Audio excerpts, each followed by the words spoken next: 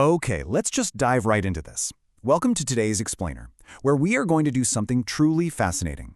We're going to completely deconstruct everyday internet slang, the words you probably see in comment sections literally every single day, to uncover a much deeper and, honestly, a remarkably darker sociological and economic reality. Because what usually starts as just a passing joke on social media actually points to a massive fundamental shift in how modern romance operates. So, here is our roadmap for this explainer. We'll start with internet jokes to violent reality, then move into the incel worldview, a global pattern of violence, the modern dating marketplace, Hollywood's dangerous dating illusion, and finally, wrap up with the entitlement dilemma. Let's jump in. Section 1. Internet jokes to violent reality, or the dark side of internet slang. We see these surface-level terms online constantly, right? But they actually have surprisingly deep historical roots. For example, classical Arabic poets from the Umayyad era, like Omar ibn Abi Rabia, literally wrote verses about wanting to be servants beneath the shoes of their lovers. Today, well, we just have a much shorter, much different word for that exact same feeling. And today, that word is simp. It essentially describes a man who subverts his own dignity, liking every post, sending expensive gifts, buying coffee, just to gain the attention of a woman who, more often than not, completely ignores him. But here's the crucial part.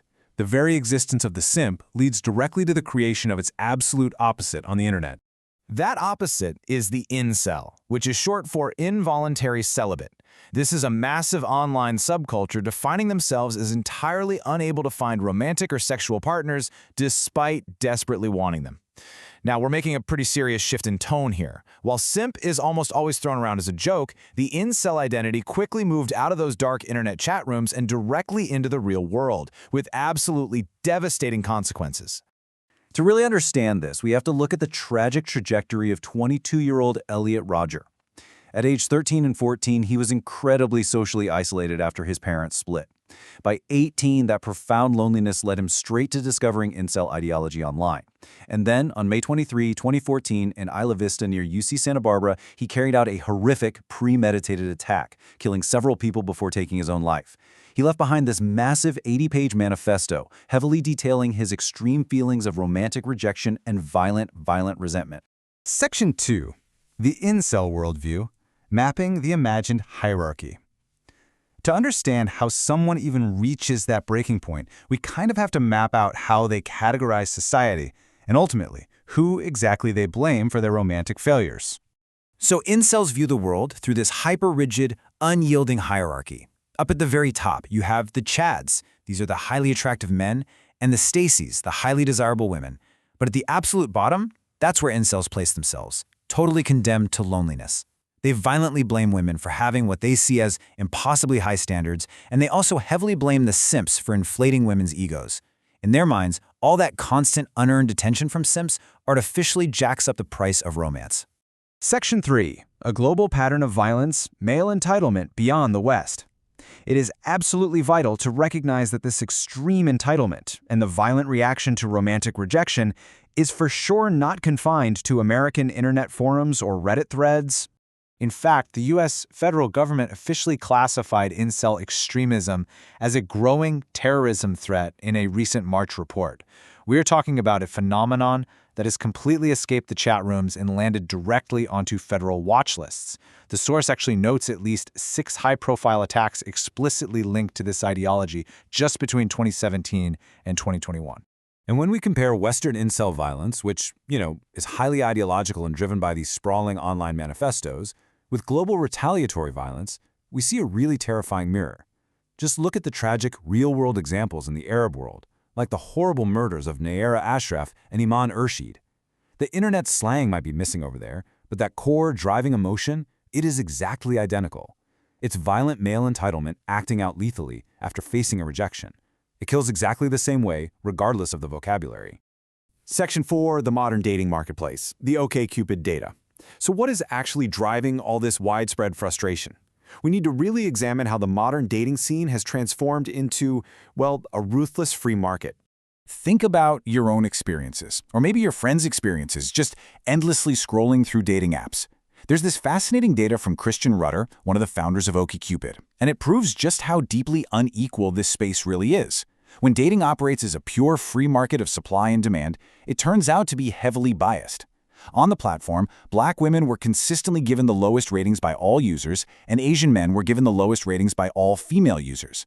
To put that into perspective, the free market of dating isn't just about your sparkling personality. It's deeply impacted by race, class, and aesthetics. It leaves some demographics with fundamentally unequal chances right from the starting line. Section 5. Hollywood's dangerous dating illusion. The consumerist catch.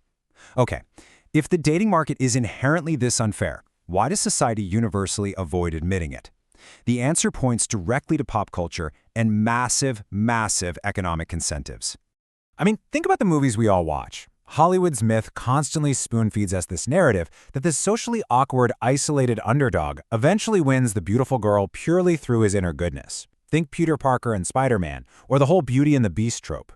But the market reality? Totally different. Modern dating actually operates way more like a highly competitive job interview. It's heavily driven by looks, social status, and just flawless presentation. And why do we keep buying into the myth? Because modern consumerism relies entirely on this romantic illusion. To even compete, you have to buy new clothes, you spend money at cafes and fancy restaurants on dates, you buy gym memberships to improve your physical stock, and you literally pay for Tinder premium subscriptions just to boost your algorithm visibility. Think about it. If people realized the market was fundamentally unfair and just gave up, a massive chunk of our consumer economy would literally stall out.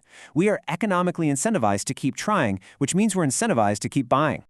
Section 6. The Entitlement Dilemma, a Feminist Perspective.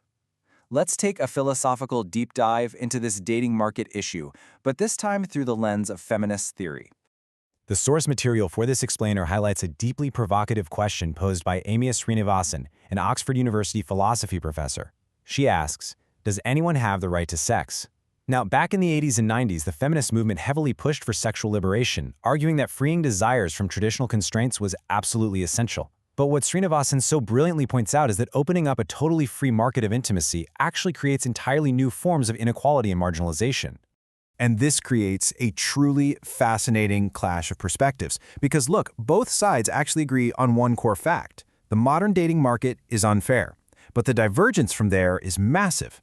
The incel conclusion is that because it's unfair, violent retaliation and deep societal hatred are totally justified.